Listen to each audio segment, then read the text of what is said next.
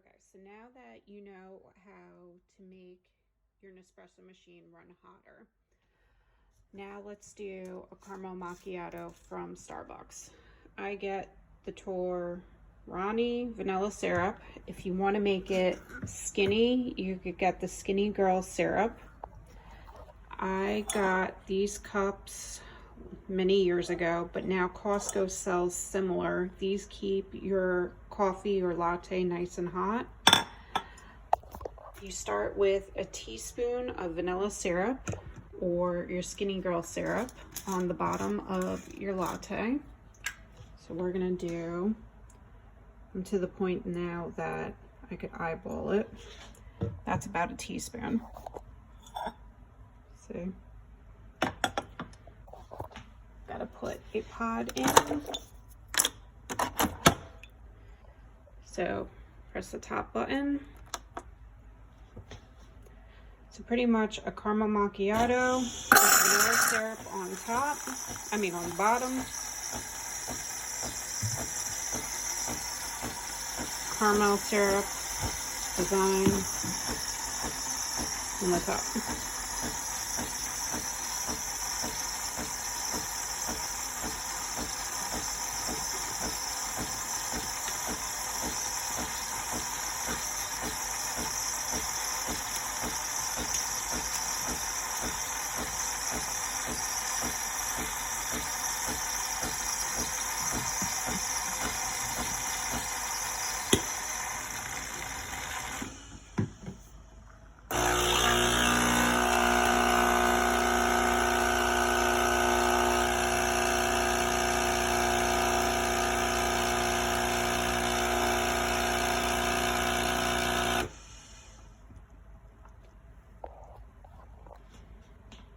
I think one of my favorite parts of the day is a latte.